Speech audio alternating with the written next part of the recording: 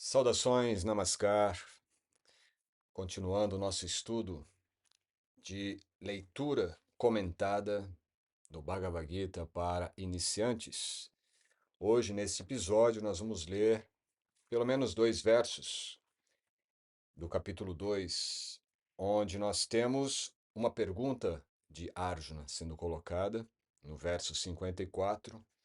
E para que não fiquemos assim, de certa forma, sem as respostas de imediato, eu lerei também alguns outros versos para corresponder à resposta de Krishna para esta pergunta de Arjuna. E é uma pergunta importante, não é? Porque ele vai nos dar algumas referências em relação a um yogi, a um transcendentalista. Então, nesse ponto, estamos aqui, capítulo 2, verso 54. Nós temos aqui a tradução palavra por palavra, e eu vou dar cada uma delas. Primeiramente, Arjuna Uvacha. Uvacha. Vacha é falar, então dizer. Arjuna disse, Arjuna perguntou. Stita pragnasya. Stita pragnasya. Stita é estar firme. Pragnasya. Pragnasya significa uma consciência intelectiva. Eu coloquei, inclusive, na última aula do nosso estudo dos Vedas, né, um estudo introdutório ao conhecimento dos Vedas, nós falamos sobre Sat Chit Ananda, que seriam 3 atributos do ser, 3 atributos da alma, da nossa constituição. E a permanência nesse estado de consciência Sat Chit Ananda inclui esse estado de Pragnasya, ok? Pragnasya, que, como eu disse, é consciência consciente, certo? Esse estado de consciência consciente, é um estado de consciência intelectiva. É a consciência que entende aquilo que está sendo experienciado. Então, Arjuna está perguntando sobre Stita Pragnasya, como se manter, ou como se mantém aquele que está no plano já de uma consciência não diríamos uma consciência transcendente, né? Porque aí nós temos algumas categorias específicas correlacionadas, como por exemplo, a descendência, algo que descende, ascendência, algo que ascende, transcendência, algo que está além desses dois, certo? De descenso e de ascenso. Mas veja que tudo isso são categorias colocadas para a nossa compreensão limitada de uma lógica limitada da terceira dimensão. E isso implica que, portanto, nós temos que entender não qual é a posição da nossa consciência, se está transcendente, se está ascendente, se está descendente, mas sim a experiência em si. A consciência é algo imóvel, a consciência é algo eterno, parte do absoluto. O que move é o movimento da energia. E essa energia pode se mover em diferentes direções, porque não existe espaço para a energia, só existe o movimento. Então, pragnyasya é justamente o estado de consciência consciente, certo? Estar consciente da própria consciência. E o que ocorre na consciência? Experiências. De quê? Do ser, da alma, do princípio espírito de cada ser. Aí a outra palavra, bhasa, né? Bhasa significa falar, dizer. É aquilo que é dito por alguém. Como que alguém fala? Como que alguém se comunica? Né? Qual é a linguagem que essa pessoa que está com esta consciência já imersa em sua própria consciência, então consciente de sua consciência, como que ela se comunica? Porque deve ter uma outra forma de se comunicar, não é? Alguém que esteja consciente da própria consciência, naturalmente ela não se expressa de forma trivial, ela não se comunica de forma banal, não é mesmo? Ela tem algum conteúdo distinto para ser expresso na sua linguagem. Não falará banalidades. E ao mesmo tempo falará sempre algo correlacionado à verdade, sem meias palavras. Depois, Samadhi Stasya. Samadhi é esse estado de Samadhi, Sama, equilíbrio, Di, da inteligência, de Buddhi.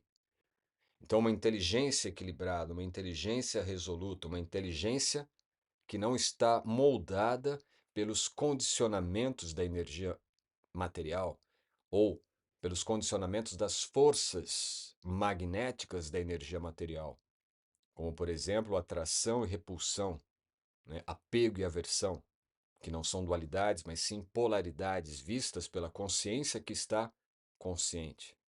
Uma consciência que não está consciente, ela vai identificar a si com o ego.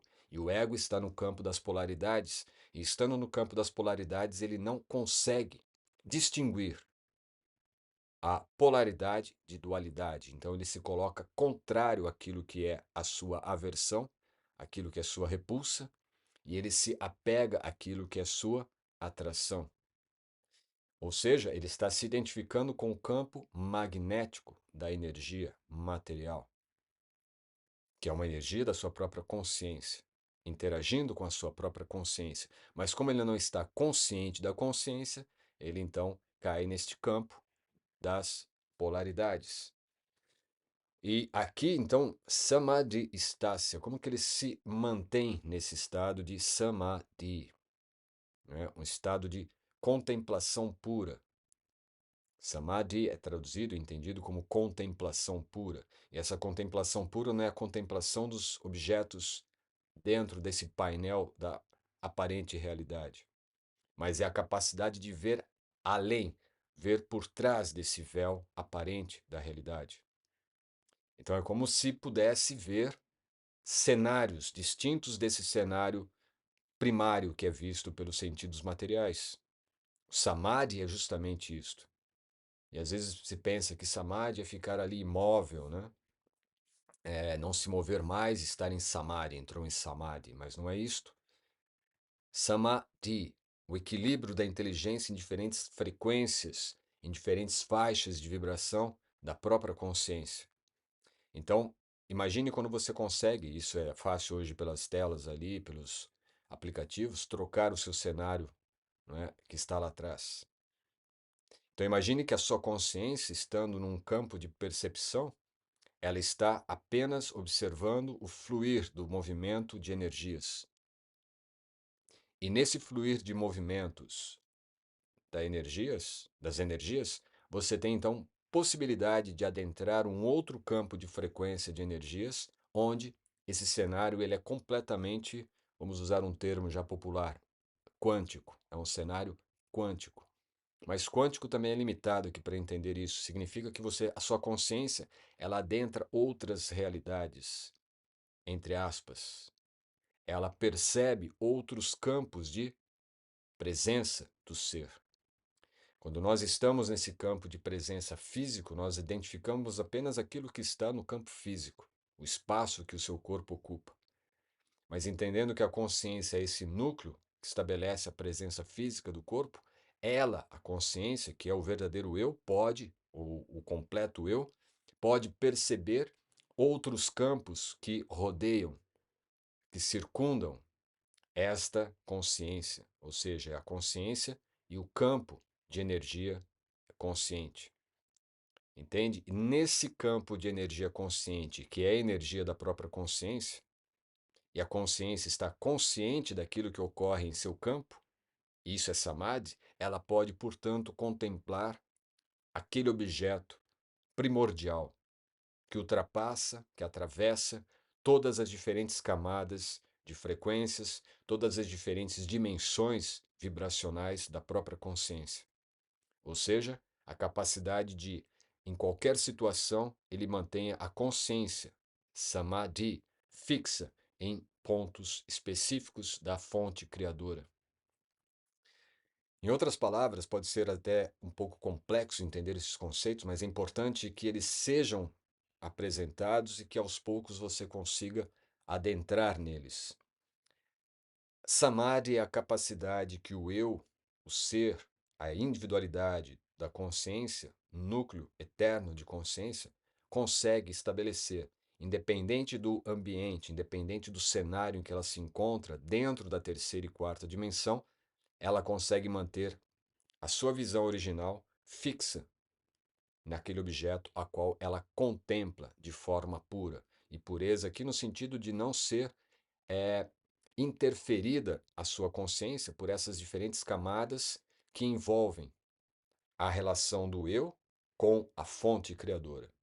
Então, samadhi é observar, contemplar a fonte criadora que está emanando, pulsando todas essas diferentes manifestações, desde a terceira e quarta até todas as outras dimensões, onde encontra por início e fim a fonte criadora.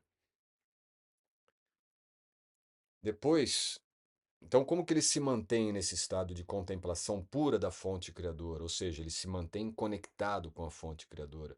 Por isso, o Samadhi tem várias interpretações em diferentes escolas. E aqui o objetivo não é se filiar a nenhuma escola de yoga, nenhuma escola de filosofia do yoga, nada.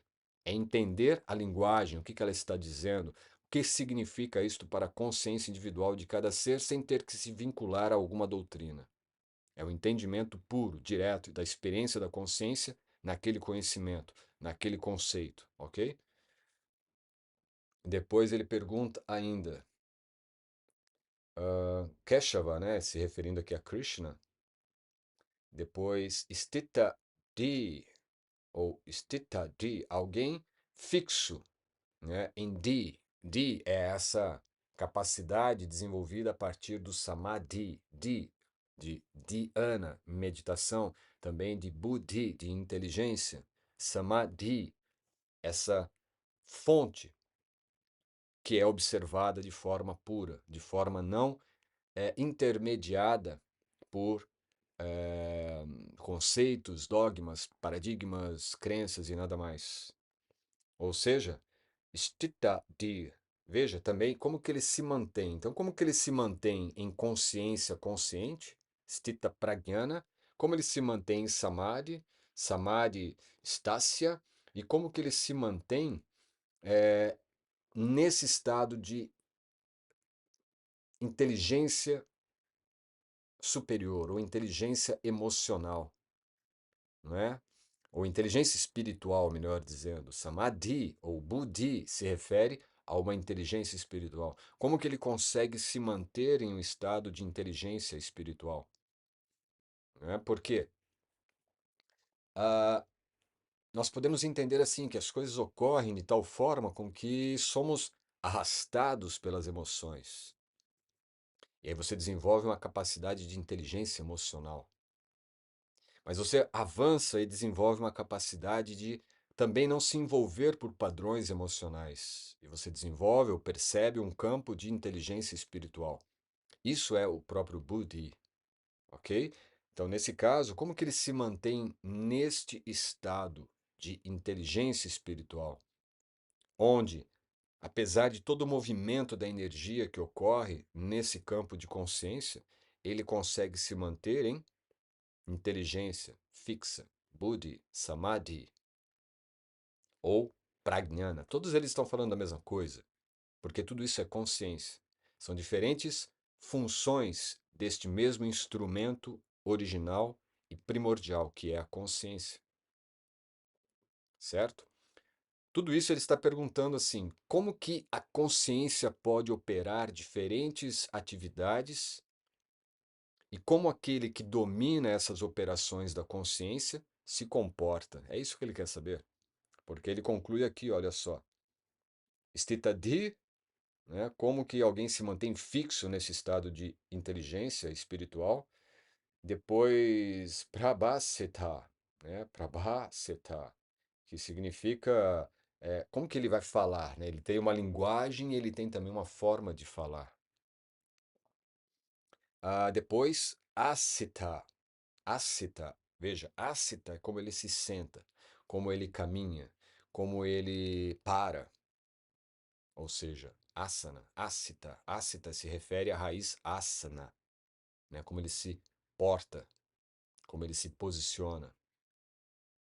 Então veja a origem da palavra asana do yoga está realmente em como ele se mantém, como ele se posiciona nas circunstâncias experienciais da vida, como ele se comporta diante dos contrastes pedagógicos, instrucionais que a vida traz, sem agora se mediar em dualidades, porque existem apenas oposições ou polaridades, e as polaridades são os parâmetros que nós temos para aprimorar a nossa maestria, desenvolver a nossa maestria ou a nossa magnificência, o nosso sentido de estar aqui, o nosso ser viço, o nosso ser viçoso, ser vital, ser essencial, ser primordial ou ser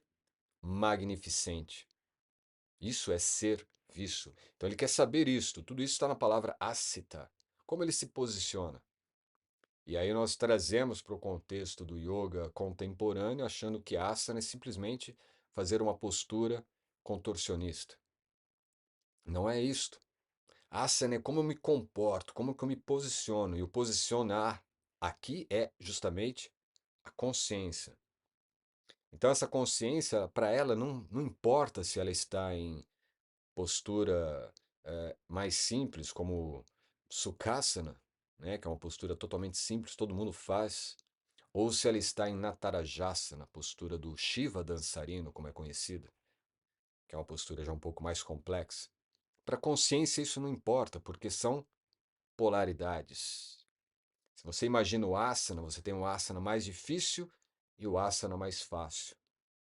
Mas a escolha é apenas uma questão trivial, muitas vezes até mesmo do ego condicionado e fragilizado da experiência magnética da energia material, entende? Para a consciência que está nesse estado de prajnana, não é? Ou nesse estado de samadhi, de ver a verdade, de ver com clareza e contemplar com clareza a verdade, a fonte primordial, tudo isso são apenas movimentos. Então veja, o seu corpo faz infinitos movimentos ao longo de um dia, em 24 horas. Inúmeros movimentos. Agora você imagine você ficar algumas horas em uma única postura. Para a consciência, nada disso tem sentido, não faz sentido. Porque toda a energia está em movimento. Então, se você está numa postura simples, mas está consciente, ou se você está numa postura complexa e está consciente, é isto o que importa. É como se posicionar.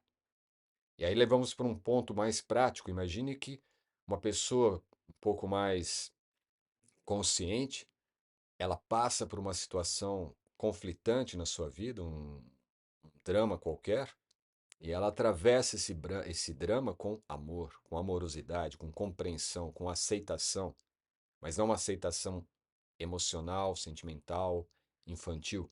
Ela atravessa com uma amorosidade, aceitando aquilo como um entendimento sobre si mesma. Já uma pessoa que não tem essa maturidade de consciência, um drama básico que pode ser de repente acabar a bateria do celular.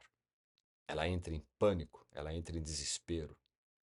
Está vendo? Isto é o asana, é como você se posiciona diante das polaridades contrastantes da sua experiência na vida humana. E naturalmente a estrutura de uma prática de yoga que inclui os asanas é para trabalhar isto. Não é para trabalhar apenas os aspectos fisiológicos de uma postura ou os aspectos estéticos de um contorcionismo postural. Está entendendo? É a consciência. Todo momento nós temos que entender que é como que eu trago a minha consciência para esta experiência.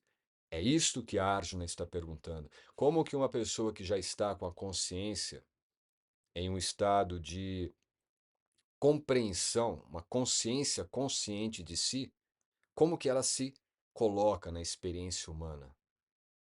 E veja que isso não se refere apenas ao yoga, se refere ao humano. Quando o yoga ele é apresentado na humanidade, nós temos que entender isto como tendo vindo através dos rishis e não de alguma filosofia ou de alguma cultura, O yoga é trazido para a humanidade através de uma ciência muito avançada, vamos dizer, de seres estelares, de seres cósmicos. Os rishis não são seres humanos comuns. Rishis são seres que vieram para deixar um conhecimento científico prático, o yoga, certo? O que nós conhecemos ao longo da história a respeito do yoga não é diretamente o yoga deixado pelos rishis, mas o yoga que foi configurado por diferentes tradições. Por isso nós encontramos registros de yoga em diferentes regiões do Oriente, até mesmo no Egito. Mas é uma ciência ancestral, de seres ancestrais. E essa ciência vai denotar justamente isto, a habilidade de estabelecer um estado de consciência superior, um estado de consciência que não esteja moldada pelas frequências magnéticas condicionantes da energia material. E isso não é nada assim, diríamos, sobrenatural, é simplesmente uma habilidade humana intrínseca e inata do nosso ser. Mas isso está legado ali pelos rishis. Não é por histórias, não é por tradições do yoga, porque tudo isso já está contextualizado em algum padrão dogmático, certo? Mesmo nos Vedas. Os rishis são anteriores aos Vedas. Podemos dizer que os rishis são aqueles que estabelecem algumas premissas conceituais e intelectuais, vamos dizer, mas o intelectual aqui não no padrão dos últimos 4.000 anos, intelectual no sentido de buddhi, essa capacidade de fixar, ou samadhi, de fixar a contemplação pura da fonte, certo? Esse é o tipo de inteligência que os rishis deixaram para que nós pudéssemos exercitar, trabalhar e desenvolver através do yoga. Então, o yoga é essa ciência que permite o desenvolvimento desta habilidade de tornar consciente da própria consciência na experiência humana de estar aqui. E isso precede todas as tradições, todas, todas. É como se o ser humano tivesse em sua natureza alguns códigos ali guardados de sua ancestralidade, onde esses códigos são ativados quando nós praticamos yoga. E quanto mais pura for essa yoga, ou em outras palavras, quanto menos influência de dogmas, influências culturais, etnográficas, não é? Antropológicas, de uma história humana recente de 5.000 anos, né? Ou ariana, védica ou hindu, né? Dentro do contexto já moderno, quanto menos influência tiver desses elementos, mais pura será a compreensão do yoga e a experiência desse ensinamento do yoga. E é isto que a Arjuna está perguntando. Ei, me diga como que esse conhecimento, né, que foi trazido pela fonte criadora a Vivasvan, ao Deus do Sol. E esse conhecimento, a partir do Sol, se proliferou, se manifestou em toda a criação, dentro desta galáxia ou dentro desse sistema solar no qual nós estamos. Como que esse conhecimento, ao ser estabelecido na consciência humana, reflete na atitude humana que aquele ser humano possui esse conhecimento prático em si? É isso que ele quer saber. Como que eu identifico alguém que realmente está conectado com esse estado de yoga, consciência pura em yoga? E aí ele diz Vrajeta. Vrajeta. Veja, aqui tem um detalhe importante, né? Vrajeta. Vraja.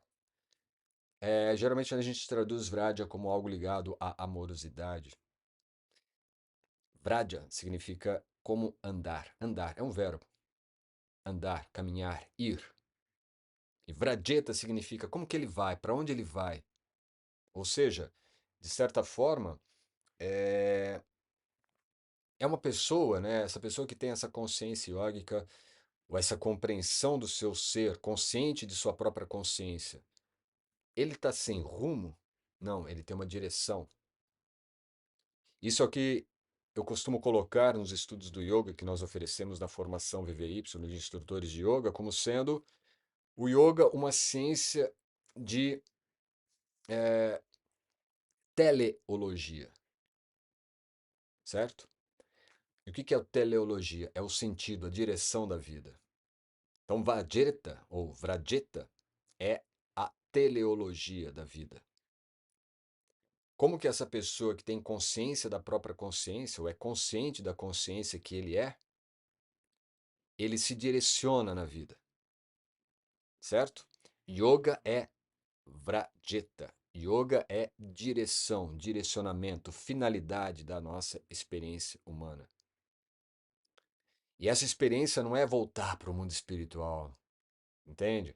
Não é meramente uma liberação dos problemas. Agora estou livre de problemas, não tenho mais cartão de crédito para pagar, não tenho mais cobranças dos meus familiares, não tenho mais sobrecarga do meu chefe. Não é isto. Mukti, moksha ou liberação significa liberar-se dessa frequência magnética da energia que nos faz ficarmos presos aos condicionamentos de padrões de polaridades dentro da experiência. Entendendo as polaridades como processos de movimentos da energia que nos elevam ou possibilitam meios de contraste para a consciência se elevar, evoluir. Então, quando nós entendemos que a experiência é para nos dar uma direção maior, uma direção mais clara de tudo, aí nós entendemos um elemento chave. Qual é a finalidade da minha experiência aqui? É o meu processo de evolução consciente. Assumir o compromisso de uma consciência evolutiva. Isso é o ser humano. Isso é o yogi. De forma prática, como que isso vai se refletir na experiência? O que Arjuna pergunta aqui é: como que eu identifico um ser magnificente, um ser magnífico, alguém, um ser humano que já é pleno em si, magnificente? É isto, não é? E aí, essa é a pergunta. Vamos ver. O verso está traduzido da seguinte forma: Krishna, quais são os sintomas daquele cuja consciência está absorta nesta transcendência? Como fala e qual é sua linguagem? Como se senta e como caminha? É isto. Ele está perguntando aqui em palavras mais formais, não é? Agora, eu, eu acredito que vou fazer o seguinte com vocês. Em vez de ler aqui o próximo verso, porque Krishna vai responder uma sequência de versos correspondentes às perguntas, tá? Então nós vamos fazer o seguinte, no próximo episódio desse estudo, eu vou ler a sequência de versos, que vai do 55 até o 59, se não me engano agora, 58 ou 59. E aí ele vai respondendo, tá? Correspondentemente a essas perguntas de Arjuna aqui, tá? Então, para ficar mais coerente, né, com as perguntas de Arjuna, não responder apenas a primeira que ele diz, mas eu vou só adiantá-la aqui porque ele não está respondendo diretamente. Eu vou então na próxima aula, tá? Englobar vários versos que cada um deles vai estar respondendo a uma dessas perguntas de Arjuna. Porém, no verso 55, Bhagavan Uvacha, né, Krishna diz, primeiramente, Prajahati, ele renuncia. Yadha, quando? Kamam, desejos sensoriais. Sarvan, de todas as variedades. Partha, ó filho de Partha. Managatam, da invenção mental. Mana, mente. Gatam, que segue um caminho. Então não é aquele, ele não fica preso a essas convenções mentais, convenções emotivas, convenções coletivas, certo? Diríamos assim, ele não segue mais os padrões de um inconsciente coletivo, ele já está buscando um padrão de consciência coletiva, consciência humana. Depois, Atmani, no estado puro do seu ser, Atmana, com a mente purificada, ou seja, Atmana, mana, mente, Atma, a alma. Não é? Ele integrou a mente e a alma no mesmo ser. A mente já não trabalha, não opera mais fora dele, fora do seu estado de consciência. Ou seja, a mente ela segue o fluxo da própria consciência, do próprio ser. A mente ela não está mais oscilando como algo separado do ser. Do tipo, eu faço algo, mas eu penso em outra coisa.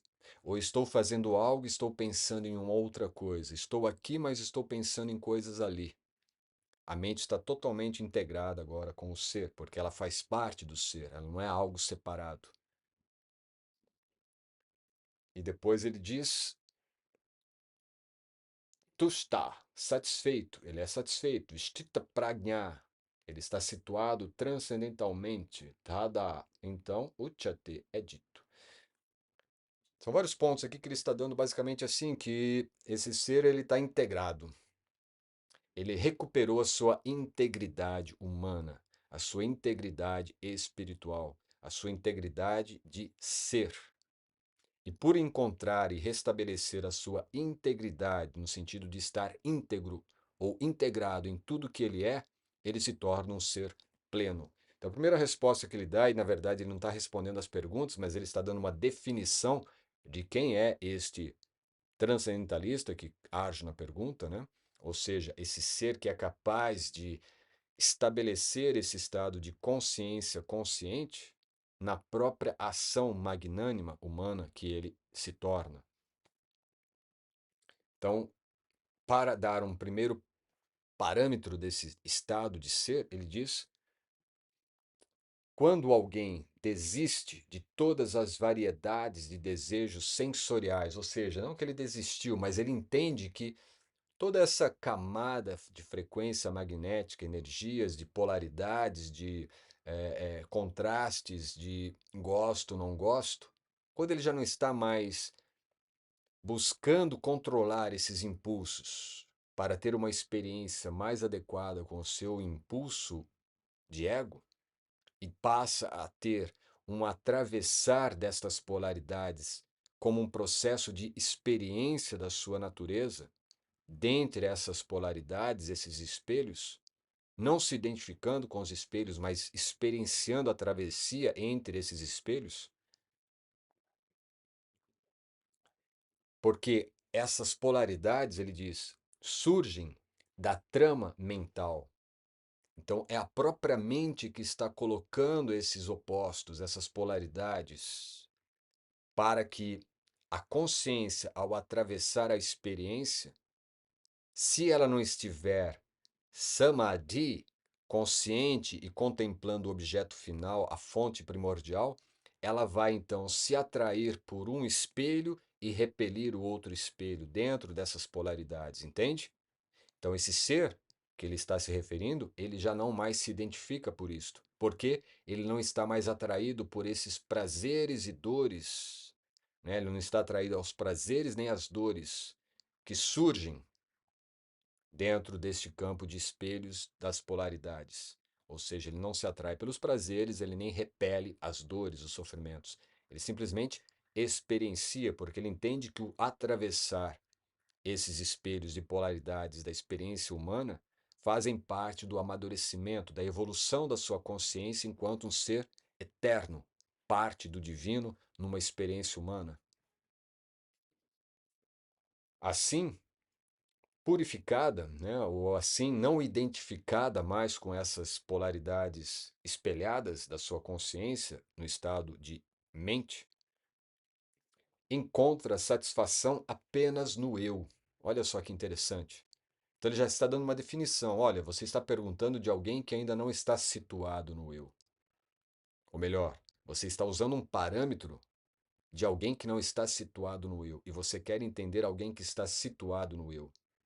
E o que é esse situar-se no eu? É situar-se justamente nesse centro, nesse núcleo de consciência que experiencia as polaridades do eu. Quando nós não estamos centrados, concentrados, stita, fixos no próprio eu, que é o núcleo de consciência, o nosso ego, diríamos espelho, porque existe um ego original que é esse eu.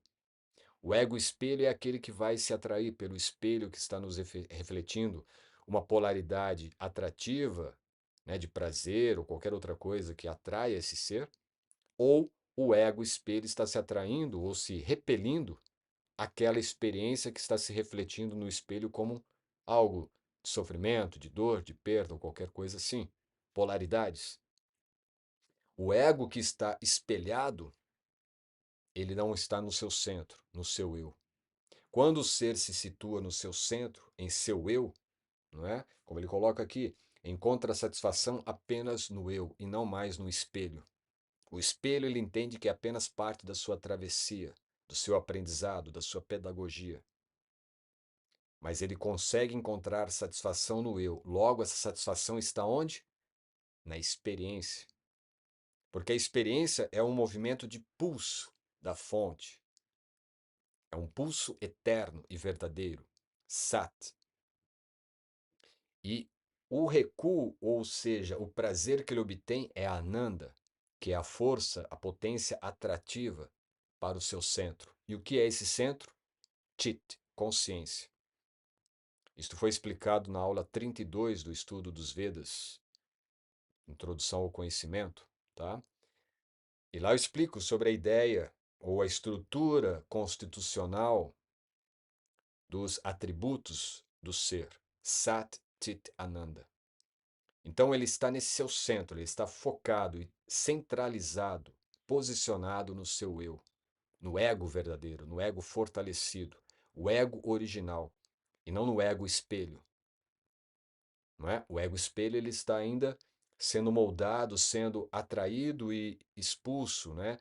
Ele vai ter um empurra e um puxa. Ele puxa o que ele sente atração e ele empurra o que ele não tem atração. Isso é o ego espelho. Mas o ego real, ele está centrado e buscando a satisfação em si mesmo. E qual é essa satisfação? É dos sentidos externos, temporários, transitórios da energia? Não, é Ananda. Por isso, Anandamaya Abhyasat. A fonte de prazer está dentro de nós mesmos.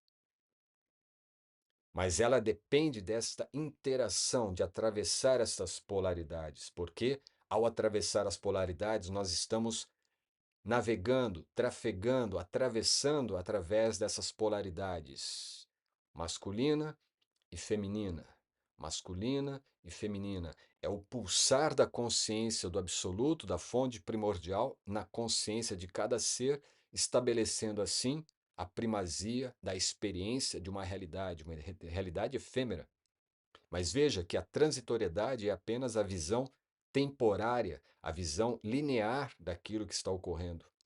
Não existe, veja, não existe essa ideia, do ponto de vista real, de transitoriedade. A própria ideia de transitório é uma ideia, é um conceito. Não diria ilusório, porque existe. A partir do momento que nós acreditamos nessa linealidade do tempo, nós estamos dentro da dimensão do tempo, que é a terceira dimensão. E o que é esse tempo? É a constituição de fragmentos da experiência desse pulsar da consciência, desse sat eternamente pulsando. E aí, frações de 50 milésimos de segundos constitui uma fração do pulsar desta realidade. E a soma de todos esses instantes pulsantes da consciência dão a ideia de que esta realidade ela é permanente. Mas quando você questiona, você vê que ela é transitória. Ela não é permanente nem transitória, porque o único estado real que existe é Chit, é a consciência. O fenômeno da realidade é esse pulsar Sat e este atrair Ananda. E é nesse movimento de atrair Ananda que o yogi, ou esse ser, encontra o prazer. Ele está sempre embebido nesse prazer da experiência em Deus. Deus está aí, nessa confluência do movimento masculino de expansão, de projeção, de pulsão, ou de pulsar da consciência, e o feminino nessa energia de atrair a consciência. Então o movimento parte da consciência e permanece na consciência. Chit. E Chit é o eu. Então se diz que ele está em consciência transcendental pura. Consciência transcendental pura. A palavra que original é Stita Prajna. Stita Prajna. Consciência transcendental pura. E como eu disse, Stita Prajna. Prajna é a consciência consciente, capaz de entender aquilo que está ocorrendo. Existe o estado cognitivo, que é de perceber, e o estado intelectivo, é entender aquilo que é percebido. É nessa conexão de perceber e entender que está a consciência do verdadeiro eu. É onde os yogis, é onde as escolas de Shankaracharya, é onde também os processos meditativos, mântricos, buscam a realização. Só que poucas linhas dessas escolas explicam esse detalhe. E aí as pessoas ficam ali apenas no net, net, net, net, negando a experiência porque acreditam que tudo é só energia. E é energia realmente, mas é energia consciente. Então quem é o consciente? Ou qual é a consciência que está nesse campo de experiência da energia consciente? E do outro lado nós vamos ter as escolas que estão apenas vibrando mantras para tentar transcender a consciência e o campo de energia consciente. Ou seja, ambos são processos idealistas da realização em Deus. É um Deus ideal, é uma idealização da experiência espiritual humana. E o que está sendo colocado aqui no Bhagavad Gita, quando você tira todos esses dogmas, é a experiência direta da consciência com o divino. Ok? E Arjuna está perguntando disto, ele não está perguntando qual é a melhor escolinha de yoga, qual é o melhor mestrezinho de yoga, qual que é o melhor guruzinho do yoga, né? Qual que é o melhor Deus, qual que é a melhor tradição religiosa, entende? Qual que é a melhor definição conceitual de metafísica? Ele está dizendo como que a consciência se posiciona nela mesma para ter uma experiência plena em Deus. E aí nós vamos explicar mais detalhes disso na próxima aula, tá bom? Eu agradeço sua presença, sua atenção e quero te fazer um convite. Nós estamos concluindo a terceira edição de um estudo do Bhagavad Gita, estudo temático do Bhagavad Gita, e vai ser a última edição dele. Por quê? É uma análise temática do Bhagavad Gita que estava dentro de uma coerência com a antiga consciência, até 2019. E nós estamos concluindo agora a terceira edição. E essa terceira edição concluída agora é a parte que está faltando dar o encerramento desses estudos do capítulo 18. Então nós vamos ter essas aulas nos próximos dias aqui pelo YouTube e serão abertas, porém só ocorrerão ao vivo. Depois elas não ficarão disponíveis. Ok? Eu vou colocar toda a grade aí da agenda para que vocês possam participar ao vivo. E se não assistirem ao vivo, eu sinto muito, só vão ter acesso a esse estudo ou a estas aulas aqueles que estão e que adquiriram esse estudo já nos últimos anos, ou até mesmo nos últimos meses. Porém, ao concluirmos essa etapa dos estudos temáticos do Bhagavad Gita, nós vamos iniciar um novo estudo com uma reconfiguração total, onde o objetivo do estudo é a decodificação do Bhagavad Gita para o novo humano. Completamente livre de dogmas, nomenclaturas étnicas ou teológicas, para o entendimento recodificado, ou seja, nós vamos entender o que cada palavra está dizendo à consciência humana e não a uma visão religiosa dos humanos, ok? Esse estudo vai ter início agora, já no final de fevereiro, e serão estudos que estarão disponíveis àqueles que desejarem. Não é? Nós vamos fazer esses estudos dentro de uma sala do Zoom, para que possam participar realmente aqueles que têm interesse, então terão que fazer uma inscrição para participar. tá? Porque também acho que é o momento da gente selecionar quem realmente está interessado nesse tipo de abordagem. Quem não está, tudo bem, a gente respeita. Mas aqueles que estão, eu quero dar uma atenção especial, sabe? Para ajudar no entendimento claro, profundo e amplo do que é ensinado no yoga, do que está sendo transmitido no Bhagavad Gita, para que nós possamos realmente fazer jus à forma humana de vida, à experiência humana que nós somos, para evoluirmos mais nesta grande jornada em que nós estamos. Tá bem? Então, fiquem atentos nisso. Eu vou deixar na descrição também algumas informações, principalmente para que vocês possam estar participando desta conclusão do estudo temático do Bhagavad Gita. Nós vamos fazer o estudo do capítulo 18 completo e depois para iniciarmos os estudos desta recodificação do Bhagavad Gita para o novo humano. É isto. Qualquer dúvida, deixe nos comentários, entre em contato comigo, com a minha equipe. Eu terei grande satisfação em estar ao teu lado nesta jornada nova de consciência humana. Grato, até breve, Namaskar.